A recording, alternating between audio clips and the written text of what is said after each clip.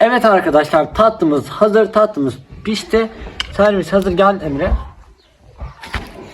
Şimdi bu aşamada elimi kullanacağım. Neden elimi kullanacağım diye soracaksanız, sizlere çıtırlığını göstermek için çatal falan kullanmayacağım. O yüzden şimdi şöyle aldım bir tanesini. Şöyle bildiğiniz halka tatlılarından hiçbir farkı yok. Daha lezzetli. Herkese merhabalar. YouTube kanalıma hoş geldiniz. Ben Taha Duymaz. Bugün sizlere halka tatlısı tarifi vereceğim. Tarife geçmeden önce YouTube kanalıma abone olup videoyu beğenip bol bol yorum yapıp ve en önemlisi de kanalıma abone olup zili açarsanız çok mutlu olurum. Çünkü bana destek olmuş olursunuz. Hadi o zaman geçelim tarife.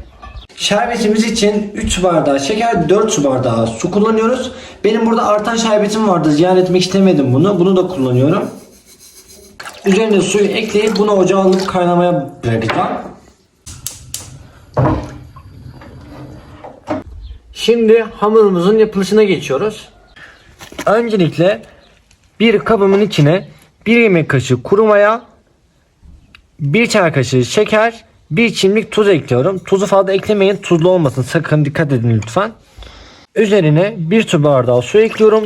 Suyum ılık olsun. Ve karıştırmaya başlıyorum. İçine 1 su bardağı irmik, 1 su bardağı un ekleyerek karıştırmaya başlıyorum.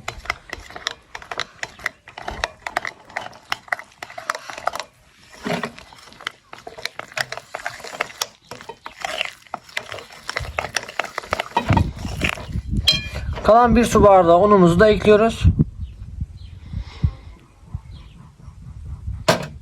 Tekrardan karıştırıyorum.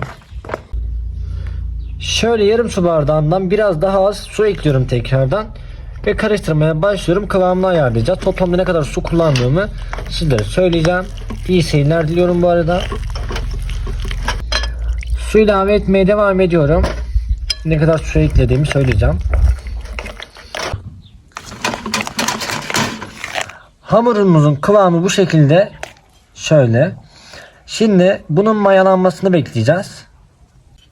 Kapağını kapatıp yarım saat veya 1 saat mayalandırmaya bırakıyorum. Yarım saat yeterli ama isterseniz 1 saat de bekletebilirsiniz. Vaktiniz varsa.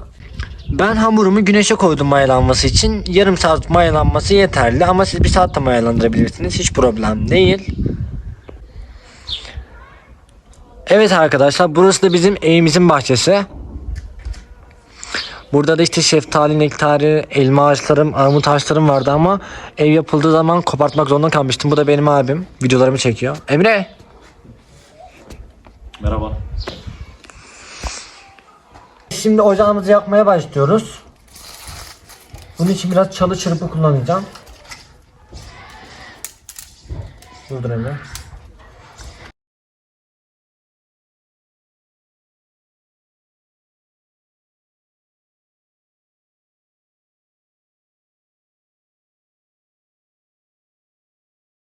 Şimdi size biraz yaratıcılık göstermek istiyorum. Gel Emre.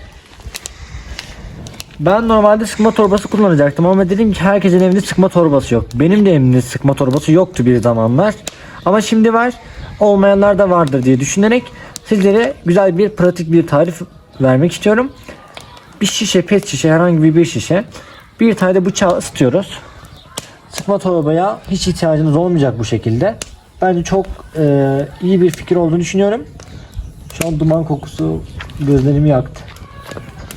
Bıçağımızı ısıtıyoruz. Şimdi bıçağımız ısındı. Bıçak ısındıktan sonra şu şekilde bir artı çiziyoruz. Artı çizdikten sonra şu şekilde gördüğünüz gibi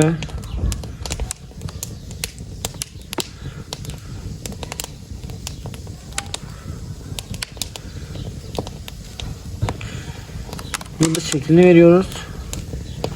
Bıçağınız iyi ısınması gerekiyor bu aşamada, gerçekten çok önemli. Tekrar ısıtıyoruz bıçağımızı. Şimdi tekrardan devam ediyorum. Bıçağımı tekrar ısıttım.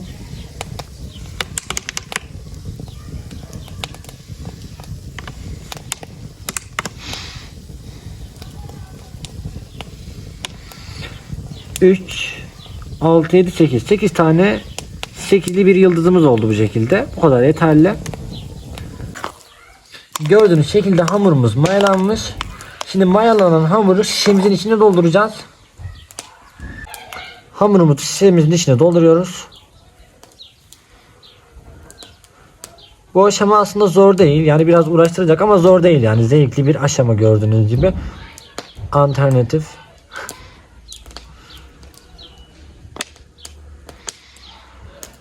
Gerçekten çok güzel bir tarif arkadaşlar. Tavsiye ediyorum denemenizi. Şimdi ben şişemi doldurup geliyorum. Şişemi doldurdum. Doldurduktan sonra kapağını kapatıyorum. Sıkı bir şekilde pişirme aşamasına geçiyorum. Şimdi sıkma işlemine başlıyoruz.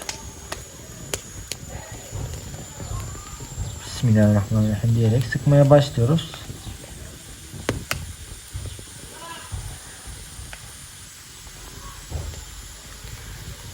Bir makas yardımıyla kesiyorum ama ben şu an dumandan öldüm.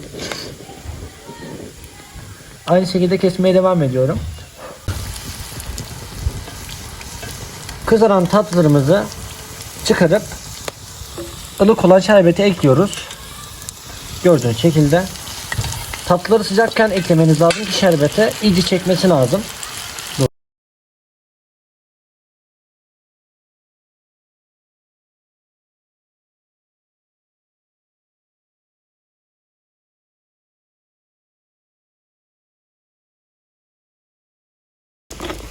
Tatlılarımız gördüğünüz gibi şerbetini çekiyor. Diğer tarafını da aynı şekilde bekletiyoruz.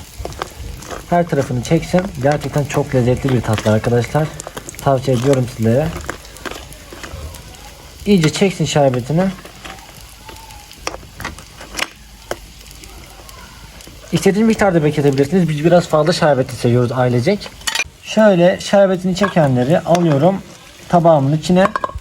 Kızaranları çıkarıp şerbeti ekliyorum. Kalanları da kızartmaya başlıyorum.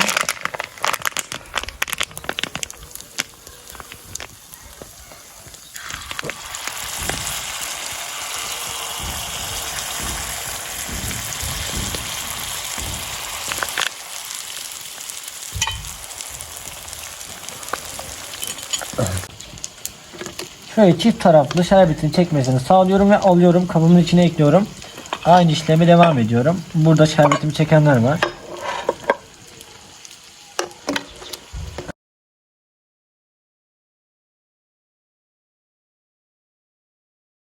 Tatlımın bir tarafı kızardı, diğer tarafını çevireceğim. Bir kaşık bir maşa yardımı ya da hiç fark etmez ne kullanırsanız kullanın bu aşamada çevirmek için. Bizden de kırdık işte, al kırdın. Al kırdın. Neyse hiç problem değil. Gördüğünüz gibi tekrardan kızarmaya başladı. Yine bir kapak fotoğrafı rica edeceğim. Şerbetini güzel bir şekilde çekiyor gerçekten. Üzerine şu şekilde ekliyorum. Ama tatlımız sıcak olmalı ki şerbetini çeksin. Dediğim gibi tatlı yağdan çıkar çıkmaz ılık şerbete tatlıyı ilave edin ki hemen şerbetini çeksin.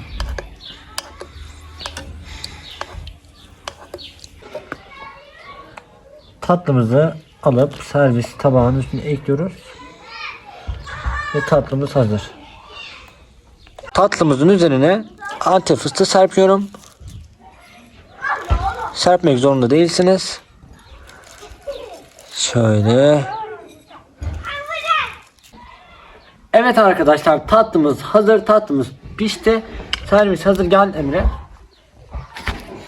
Şimdi bu aşamada elimi kullanacağım. Neden elimi kullanacağım diye soracaksanız, sizlere çıtırlığını göstermek için çatal falan kullanmayacağım. O yüzden şimdi şöyle aldım bir tanesini. Şöyle bildiğiniz halka tatlılarından hiçbir farkı yok. Daha lezzetli. Bazıları hamur hamur demiş. Arkadaşlar bunun neresi hamur Allah aşkına, bana biri söylesin. Tam şerbetini çekmiş, dışı çıtır, içi yumuşacık. Şimdi tadına bakacağım ben. O kadar lezzetli ki şu an anlatamam sizlere. Mutlaka deneyin bu tarifi. Hakkınızı helal edin dediğim için çok özür dilerim. Kendinize çok iyi bakın. Bir dahaki videoda görüşmek üzere. Tariflerimi faydalı buluyorsanız kanalıma abone ol butonunun yanından zili açarak attığım videolardan haberdar olabilirsiniz. Zili açarsanız çok sevinirim. Allah'a emanet olun. Görüşmek üzere.